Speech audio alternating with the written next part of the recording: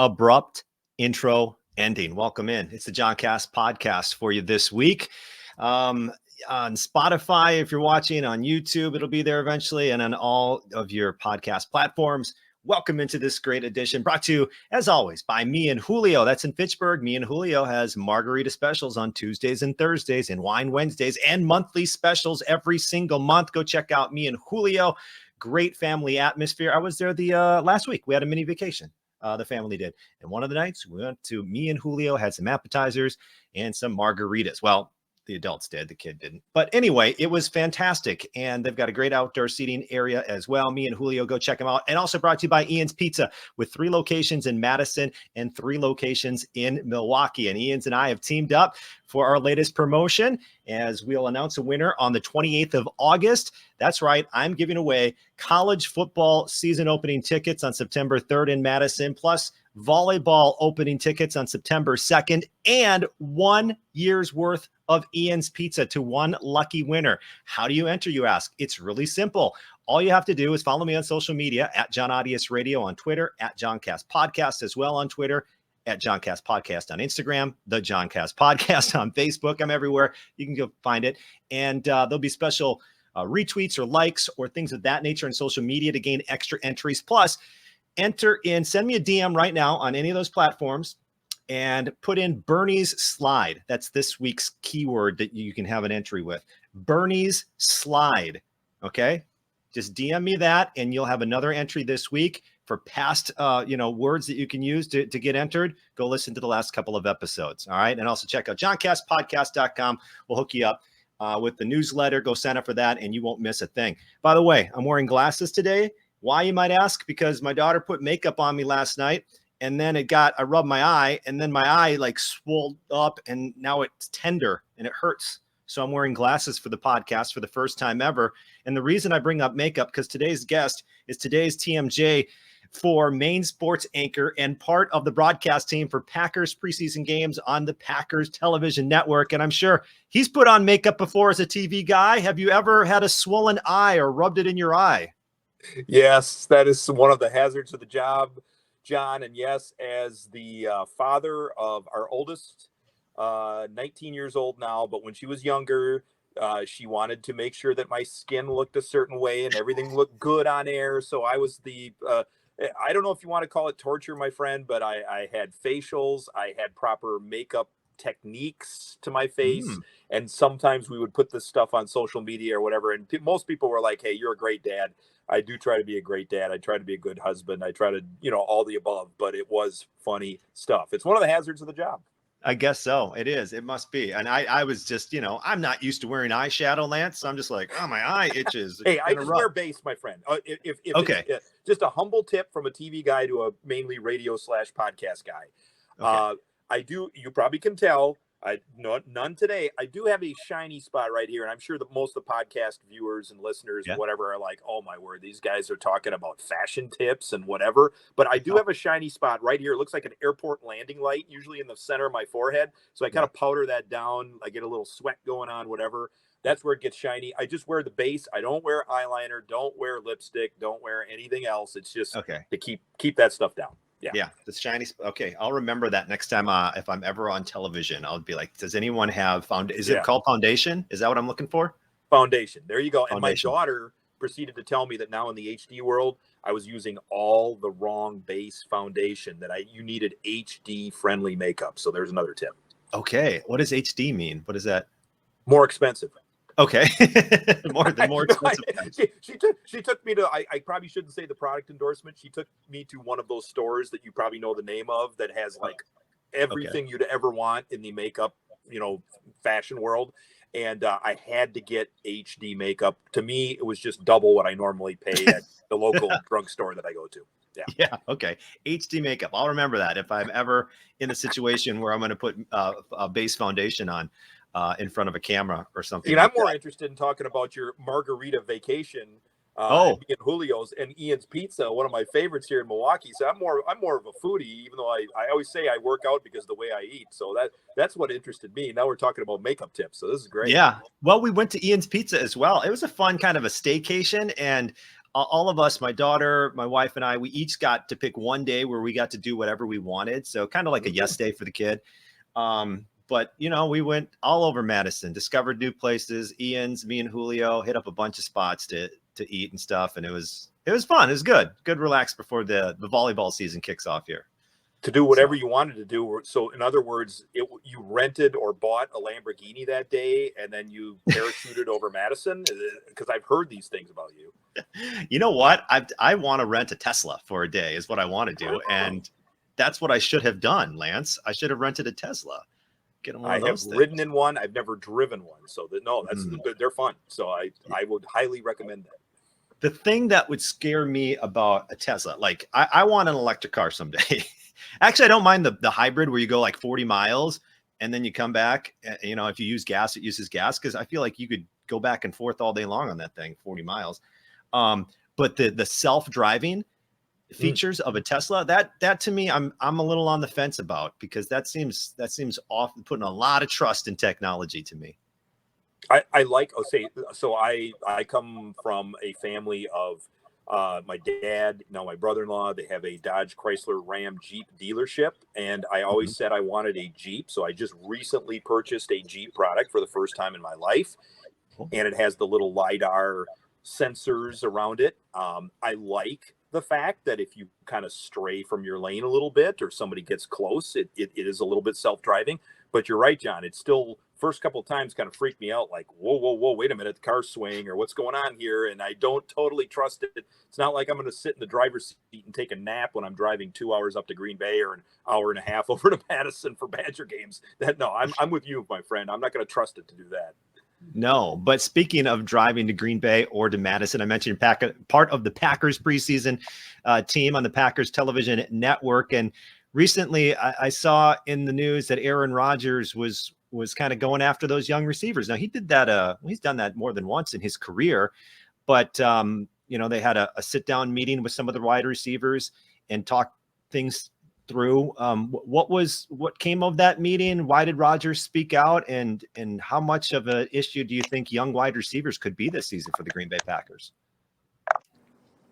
Yeah, John, I was up there yesterday, and it was a good learning experience for the photographer I was with. He had not been up there much, and I kind of had mentioned to him before we went in the locker room, like, hey, always go in with a plan, but don't always set what you're going to report on just by what you think the news stories of the day are going.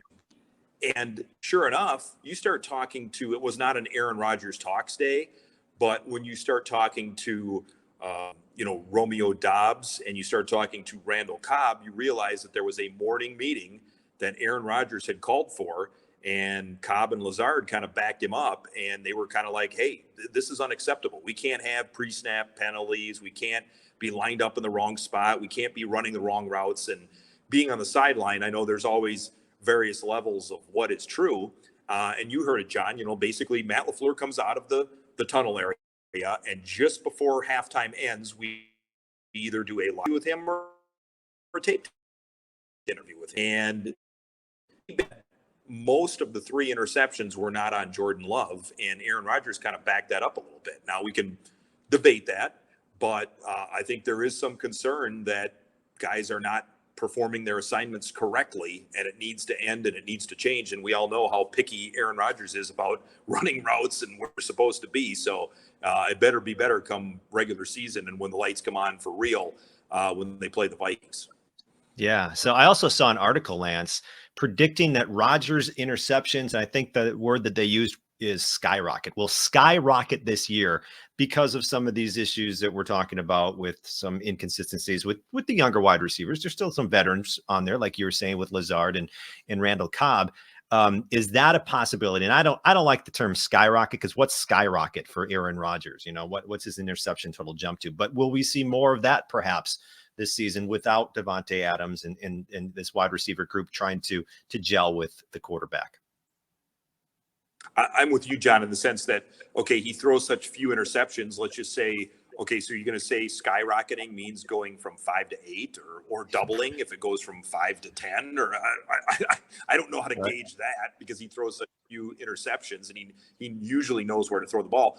But I think it is probably a safe assumption that his interception total will go up a little bit, just because of the routes that were run and some of the learning process that's going on. Sammy Watkins has been okay in problem in the preseason game because he didn't play in the preseason game. But, Sammy Watkins has been okay so far in camp. But there is some concern level there about the youth and the inexperience. And quite frankly, some of the veterans as well, not running the correct routes and not knowing exactly where they're supposed to be. So that's got to improve. Mm-hmm. Out of this storyline, besides the storyline, rather, what has kind of piqued your interest coming out of Packers camp and through the first game and then before they take on the Saints on Friday? What are some of the other storylines that's really caught your attention that is important for fans to know about this year? The important thing, or the positive thing, is that this might be the best defensive team they've had since the year that they won the Super Bowl after the 2010 season, and possibly even better defensively than that team, which is pretty scary. I mean, everybody from Larry McCarron, who watches every snap of every practice of training camp, has said it. Mark Murphy said it to us on the sideline the other night, and I believe they're being honest. Every time you watch the number one defense go up against the Packers' number one offense, most of the time the defense wins the battle and has the upper hand. So they have looked really, really good. Even the number two defense against the Saints' number two offense got the best of them the other day. They have depth, they have talent, they have speed, they have size, they have interchangeable parts. It's dare I say, John, I think we saw a little bit of a changing of the guard. Yeah, they lost in the playoffs in the postseason last year. But to me, when you have a 13-10 game, that is a defensive team. And we saw that. And when's the last time I did the McCarthy show for 5 years, and Mike McCarthy came in with the tail end of Favre and the beginning of Rodgers, and then you had LaFleur come in. They've always been an offensive team for the last 15 plus years. They were 9th overall in defensive rating in 2010, the year they won the Super Bowl. They were 9th last year. But I think now you could argue that this is a defensive team, as good as they have parts on offense, and I still think they're not going to fall off the cliff, and they'll still be able to score points and be okay, and be fine, maybe more than okay. I think that they can be considered a defensive team, and we haven't been able to say that about a Packers team in quite a while. And that could be very dangerous, especially with Aaron Rodgers. Despite which weapon he has to throw to, he usually can make those weapons appear perhaps better than they are. So that's right. With the defense, if it is a top-ranked defense, that could be a huge, huge advantage for this version of the Green Bay Packers. I was looking through some of the past stories that you've been working on there at TMJ4, and I saw you had one with A.J. Dillon, and it got me thinking how much of a fan favorite A.J. Dillon really is with this team. And outside of obviously Aaron Rodgers, now that Devontae Adams is no longer with the team, who is that next fan favorite, would you say? Is it a veteran like Randall Cobb, or where does a guy like A.J. Dillon rank? And what were your impressions with Dillon? Yeah, people really like A.J. Dillon. I mean, he's embraced the area. He calls it his forever home. Like, regardless of if he plays for the Packers, years down the road or not, he loves Door County. He's got the key to Door County, loves the Green Bay area. So he's going to be around, and he has quickly become a fan favorite. I think, yes, people still love Randall Cobb from his time with the team. Rashawn Gary is one of those guys that, to me, John, it's always an interesting case study now that we're in the, social media world, and how our business has changed, where, years ago, social media wasn't as big of an impact. I just remember when Rashawn Gary was drafted, and people thought Brian Gutekunst was nuts. You cover college athletics and football as much as anybody. Number one recruit, arguably, in the nation the year that he came out. What's going on? He never lived up to the hype in Michigan, this, that, whatever. And every single year, he's just gotten better and better, really good against the run and the pass, which is hard to find. And everybody that you talk to with the Packers say he's close to unblockable this year. So he has unique skills and talent that I think, Packer fans, he's probably going to emerge on the scene this year, even more so than what he has. All right, Lance, I've got one college football question for you and a couple of baseball questions. Oh, actually, and a wrestling question too. Sorry, I forgot about that one. Let's talk quickly about college athletics, because I saw in the news that the new Big Ten media agreement has been officially announced. So part of this is beginning in the fall of 2023. They're going to jump around from Fox to CBS to NBC in primetime. When you take a look at this, what do you think this means for the conference as they get ready for USC and UCLA in 2024? I like your jump around. I don't think intentional, but I like just that little weaving of jump around in there with the Wisconsin. Funny little anecdote, there are rivalries in the Packers locker room. So the other day I was talking to Dean Lowry and I said, Dean, you're one of our resident, Big Ten representatives. And he goes, yeah. And I go, and you went to arguably one of the best academic institutions in the Big Ten. And he goes, I'd like to think so, in Northwestern. And I said, what do you think? He said, basically, I'm a traditionalist, didn't really care for it. But on the flip side, he goes to kind of poke fun at, he's got Kenny Clark to his left in a locker and Sean Ryan to his right. And they both went to USC. And he said, well, maybe they can actually get a taste of what physical football is all about. And you could have heard the groans, the guys that were around him or whatever. So it makes for interesting talk. I think it's great for us. I mean, obviously, I'm flying the flag here as we speak, and our brand is NBC, that we've had Notre Dame football for years. And you've seen me at Badger games, but it always helps your coverage if it's stuff that's on your air. So your Packers TV network, we're tied in with the Packers. Other things that NBC has, whether it's the NASCAR race at Road America or was it Road America or things like that, Ryder Cup, we're all in, whatever the NBC programming is. And I think this is going to help, people associated with the Badgers program or whatever, we're all in. And I think it's a good win-win. I know it's a lot of money, but it is a good situation as far as that goes. Yeah, prime time on NBC. That's going to be really fun to watch. Let's jump to Major League Baseball with the Brewers. 3 back of St. Louis as of this taping in the division, 2 back of the final wild card in the National League. Are they going to be able to salvage this season? I don't know if that's the right terminology, but are they going to be able to make the postseason after what was considered a controversial trade of Josh Hader? They're probably going to have to win the division in order to do it, John. Okay. I just don't see, and I could be totally wrong, but I don't see a path to the playoffs through the wild card because the division is just that bad. And the Cardinals are starting to kind of space it out a little bit. Now, they do have games against the Cardinals in September, and those will be crucial. But the Brewers obviously wrapping up with the Dodgers as we tape this. They still have the Yankees on the docket. They still have the Mets on the docket. They do have a tougher, so to speak, schedule. They still have to win their easier division games.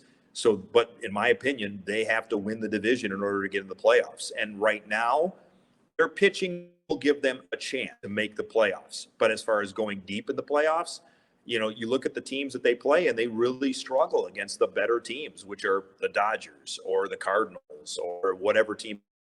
Any team that's either comparable to that or even a little bit better, it's tough. So, can things change in September? Absolutely. We saw things change for the Braves, but as of right now, it looks like they could make the playoffs, but I don't think they rank up there with some of the really upper echelon teams of the National League. And then add this video. If you're watching on Spotify, I need to get a reporter's perspective from the video recently. Let me pull it up here. Give me a second to share my screen with you, Lance Allan. And this was one of the Dodgers reporters. Where'd it go? Here we go. We're going to watch this. Let's just play this. He's been talking for 3 days about going on the Dodgers television. In Milwaukee. I've never heard somebody so excited about doing anything. David did do it today. Watch. All right, here we go.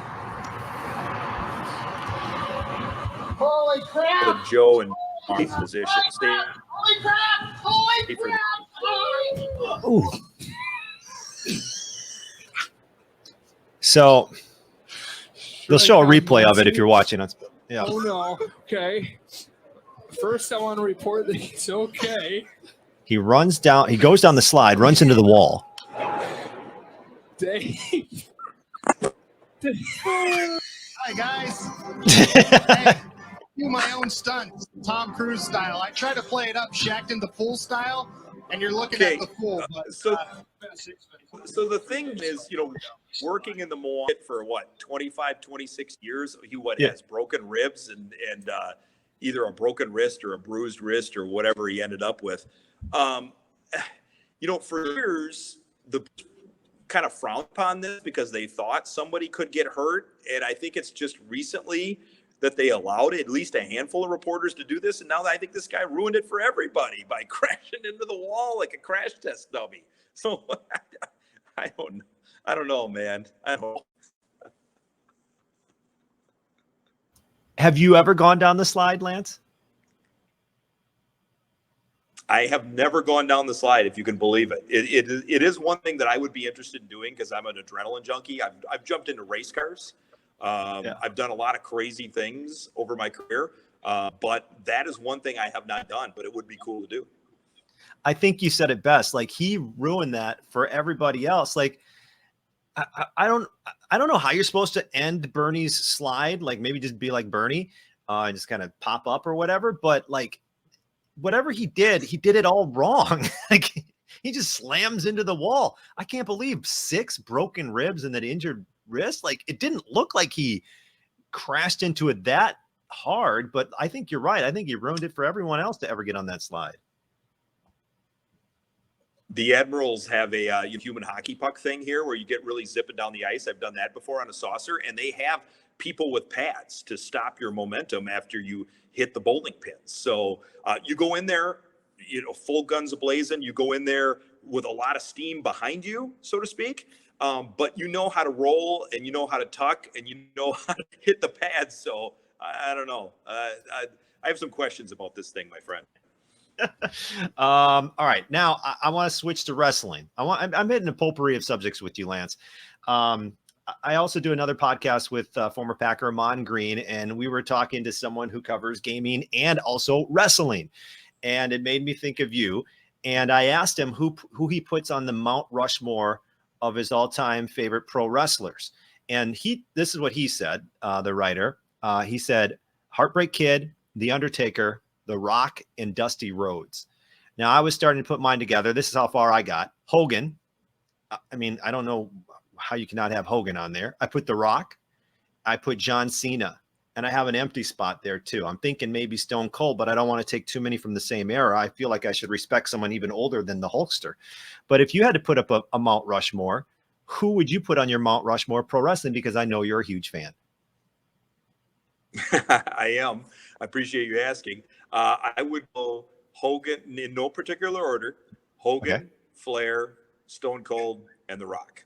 I'm sure people will pick this apart or whatever, but I'm with you, John, that people still to this day say that when Hogan was on the card, the crowd would be double, at least double what a normal pay-per-view or a normal show would be.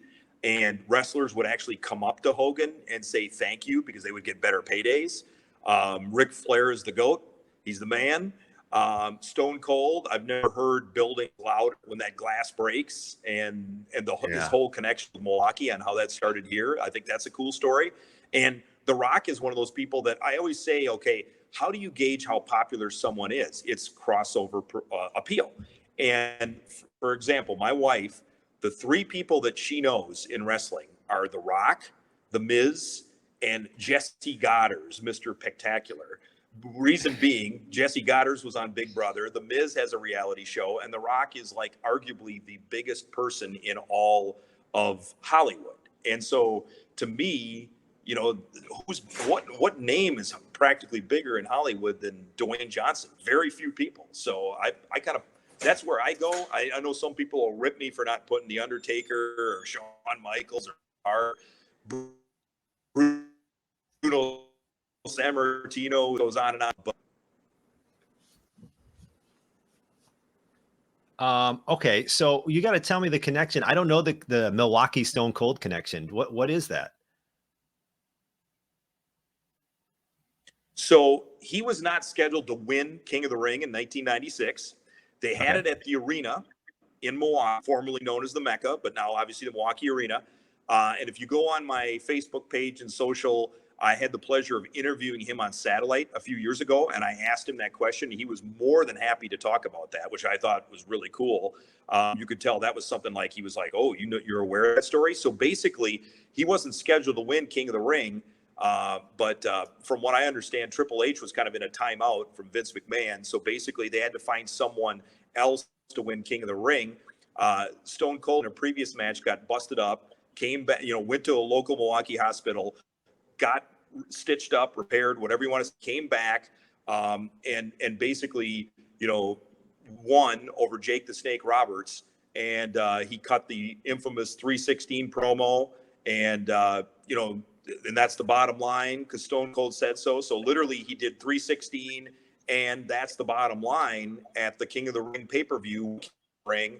And if you go look at my Facebook or go look at my social and find the story, he goes, typical Stone Cold style, he goes, wham, he snaps his fingers and he goes, wham, the rest is history. So I will always have a special place in my heart for Milwaukee because that is where his career launched. John, know your history. Austin 316 started in Milwaukee. The man and Hogan Cup in the Mia Room, the old Bradley Center. There is some significant history here in Wisconsin, in Milwaukee. So you got to know your history, my friend. Oh, I do. I don't know a lot about pro wrestling. I was, big into it as most boys growing up at my time were. And then into college, I was into The Rock, and we had fun with The Rock and Stone Cold and everything like that. And then I'm nothing for the last 20 years. By being mentally. I had to ask you about wrestling. To wrap up this interview, let's go back. Let's go back to when Lance Allen first said he wanted to get into this world of television or media. Is that what you said? Were there aspirations for you to start somewhere else, or have you always been like, I want to be the TV sports guy? I lean more TV than radio. I grew up in Rice Lake, Wisconsin. Went to the University of Wisconsin, Madison.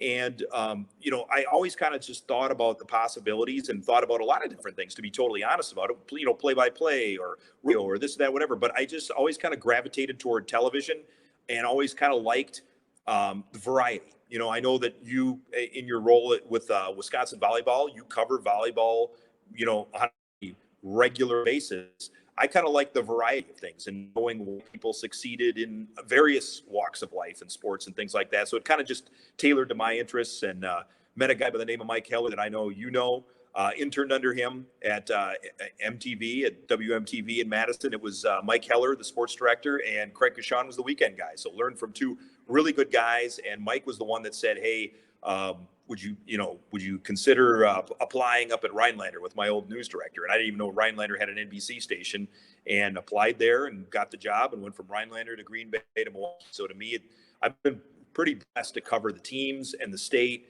and the things that I've been able to cover. I always tell people when they say, hey, what's your favorite stuff or whatever, it changes all the time. I've covered everything but a World Series. I was 12 years old when the Brewers were in the World Series, so I hope I get that to make the career arc. In the career circle, so to speak, but I never thought I'd see a Ryder Cup in my home state. Never thought the Bucks would ever win the NBA Finals again. Never thought that the Packers would win the Super Bowl. Badgers in the Rose Bowl. Badgers in the Final Four. I've lived the dream. I truly have. And I've worked in the toy department in the home state that I grew up in, where it maybe matters to me a little more than others. So I greatly appreciate it. I really do. So you had the 3 stops in Wisconsin. You're from Rice Lake. Were there ever any offers to move outside of the state? Did you pursue anything out of the state, or did you just want to stay in Wisconsin because you feel like you're pretty comfortable in this state? Yeah, I mean, it's always flattering that you get offers from other people. Way back in the day, I almost went to Bismarck, North Dakota. So, but whatever's good for your career. I thought I was going to go to Bismarck, North Dakota, and I ended up staying in Rhinelander. So yeah, it's always flattering to get other offers, other people interested in your work, other people wanting you for some capacity. But I always felt like, all things being equal, this was home, and this is where I should be. So yeah, you never say never. Everybody's got goals in life, and everybody has different aspirations at different parts of their life. But I think as of now, and as of most of my career, I've always wanted to be here and always wanted to cover the things that I've been able to cover. I know you also went through like a whole bunch of amazing accomplishments in the world of sports that you were able to cover. The Bucks winning the championship, Rose Bowls, those type of things, Final Fours for the Badgers.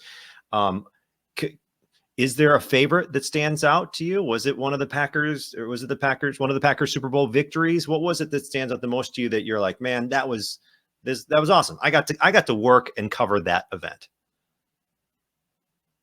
The Super Bowl is always surreal, John. So it doesn't even seem like a sporting event until you get like midway through the first quarter, and after you see all the stars, all the pomp and circumstance and pageantry, it doesn't even seem like a sporting event. And I'm not saying it for your Madison audience, and I'm not saying it because I went to Wisconsin, but oftentimes when that question comes up, one of my most vivid, if not my favorite memory, is when the Badgers first went to the Final Four in 2000, because it was so unexpected. I have vivid memories of being at the pit in Albuquerque, and that back when it was coverage. Basically, I walked to Dick Bennett when he had tears in his eyes in the middle of the court, and when Mike Kelly is getting body passed and body surfed, and Mark Vershaw jumps up on the scorer's table and breaks the scorer's table because he's trying to find his parents and go up to his family. And it was such a team that nobody expected to do that, and a school that nobody expected to go to the Final Four. To me, that is one of those moments you will never forget, ever, ever, ever. And the same can probably be said for, once Barry took, the football Badgers to the Rose Bowl. It was for some people, it was so unexpected, and it took such a long time to get there that people couldn't believe it. But to me, that Final Four basketball run, that first time under Dick Bennett, was amazing. Yeah. See, I wasn't here for the Favre Super Bowl. I was here for the Rodgers Super Bowl. We did not send anyone to that, but I did get to go to the Final Four the second time for the Wisconsin Badgers under the Kaminsky group. I wasn't here for the Final Four you're talking about either. And just being around that atmosphere was so fun. And the one thing I kind of not regret, but I wish somehow my path had gotten me to the team hotel, after that victory, because we know about that scene where there's just tons of fans and the players are up there. It just seemed like a really fun spot. But just being around that was kind of my one of my favorite trips or events that I covered. But I could see how that 2001 out of nowhere, all of a sudden they're in the Final Four, because I'm sure this tournament started that year, and you're probably thinking, okay, well, I wonder how long they last, and then they just kept winning. Yeah, they started against Tark the Shark. He was at Fresno State at the time, so Jerry Tarkanian, and you thought, okay, they could be one and done, but they won that game. And then they played Arizona, who was number one seed and arguably the top team in the nation, and had I think 3 or 4 guys that went to the NBA and won that. And LSU, they had 2 guys that played in the NBA, beat them. And then beat Purdue. So it was just an incredible run. Really, really was. And I give all those guys credit on that team. Okay. Well, we'll be watching you throughout the Packers preseason broadcast on the Packers TV network. Packers and Saints on Friday. Lance Allan will be part of that broadcast team, along with John Kuhn and Kevin Harlan. So keep an eye out for Lance, and congrats. And starting in when does that Big Ten thing start? 2023. NBC has that primetime game, all Big Ten, all afternoon long throughout your viewing experiences. And Lance, I appreciate you taking a couple minutes here and talking with me a little bit about your career and a little bit about the Packers, a little bit about everything, really. Thank you, Lance. No problem. Anytime, John. All right, there you go. That is Lance Allan from WTMJ4, today's TMJ4 main sports anchor, and of course, part of the Packers television network. One more reminder, if you want to get in on this giveaway that I'm doing with Ian's Pizza, we're giving away college football season opening tickets in Madison, and we're also giving away the volleyball season opening tickets in Madison, as well as 1 year's worth of Ian's Pizza.